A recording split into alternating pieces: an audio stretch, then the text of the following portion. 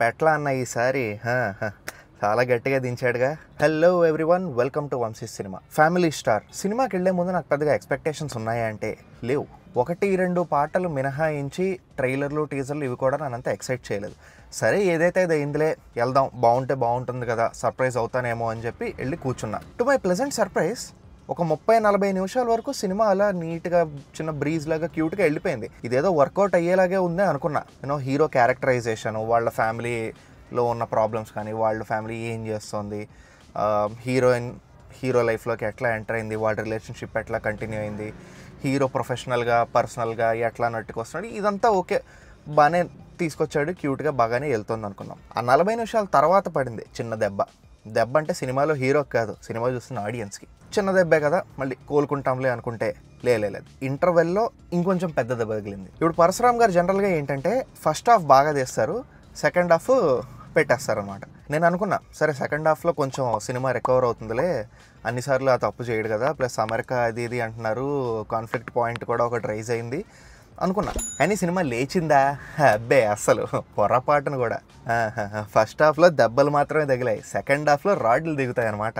ఒకానొక స్టేజ్లో సినిమా ఎట్ట అనిపిస్తుందంటే ఒక చీప్ డైలీ సీరియల్ మాదిరి. ఇప్పుడు ఇలా ఎందుకంటున్నానంటే ఇక ప్రొడక్షన్లో కానీ, టెక్నికల్గా కానీ, రైటింగ్లో కానీ, డైరెక్షన్లో కానీ, ఆఖరికి క్యారెక్టర్స్ యొక్క డబ్బింగ్లో కానీ ఎందులోనూ మనకు సినిమా స్టాండర్డ్ అనేది కనపడదు. ఒక విజయ్ దేవరకొండ క్యారెక్టర్లో తప్ప మిగతా ఏ ఆస్పెక్ట్లోనూ రైటింగ్ ఎఫర్ట్ అయితే కనపడదు. విజయ్ దేవరకొండ గారు కూడా ఆయన క్యారెక్టర్కి ఇచ్చిన స్కోప్కి బాగా న్యాయం చేశారు. మృణాల్ ఠాకూర్ గారు అయితే అసలు ఈ క్యారెక్టర్ ఎందుకు ఎంచుకున్నారో నాకు ఫస్ట్ అర్థం కాలేదు. ఎందుకంటే ఆవిడకి స్కోప్ కాదు కదా, డైలాగులు కూడా ఉండవు సినిమాలో, పెర్ఫామ్ చేయడానికి పెద్దగా ఏమీ ఉండదు. పెట్లా అన్నకి ఇదేదో వియర్డ్ ఫెటిష్ ఉన్నట్టుందండి.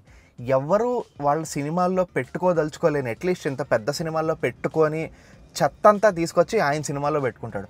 సర్కార్ వారి పాటలో, గీత గోవిందంలో ఉంటుంది, ఈ సినిమాలో కూడా ఉంటుంది.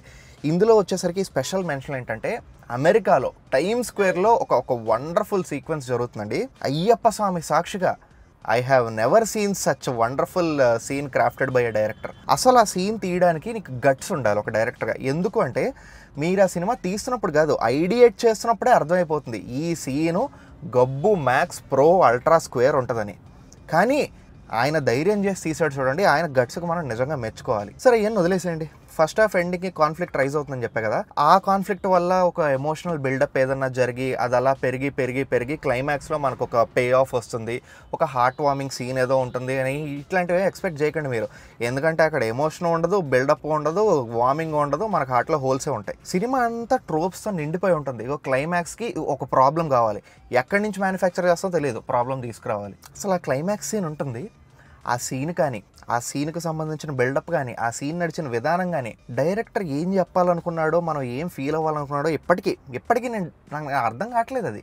సరే వదిలేసేయండి. ఇప్పుడు సినిమాలో ఏమీ ఎంజాయ్ చేయలేని విధంగా ఉంది అంటే కాదు.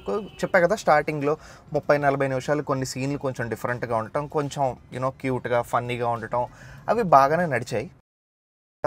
నేను చెప్పినట్టు అనమాట. ఇదండి ఫ్యామిలీ స్టార్ సినిమా మీద నా రివ్యూ కమ్ పర్సనల్ ఒపీనియన్. ఇప్పుడు ఈ సినిమాని నేను సజెస్ట్ చేస్తానా అంటే లేదండి, ఈ సినిమాని నేనైతే సజెస్ట్ చేయను. వీడియో నచ్చితే లైక్ చేయండి, వీడియో మీద మీ థాట్స్ని కామెంట్స్ ద్వారా చెప్పండి, అండ్ మా ఛానల్కి సబ్స్క్రైబ్ చేయండి. ఇంకొక వీడియోతో ఇంకో రివ్యూతో మళ్ళీ కలుద్దాం. సభకి సెలవు.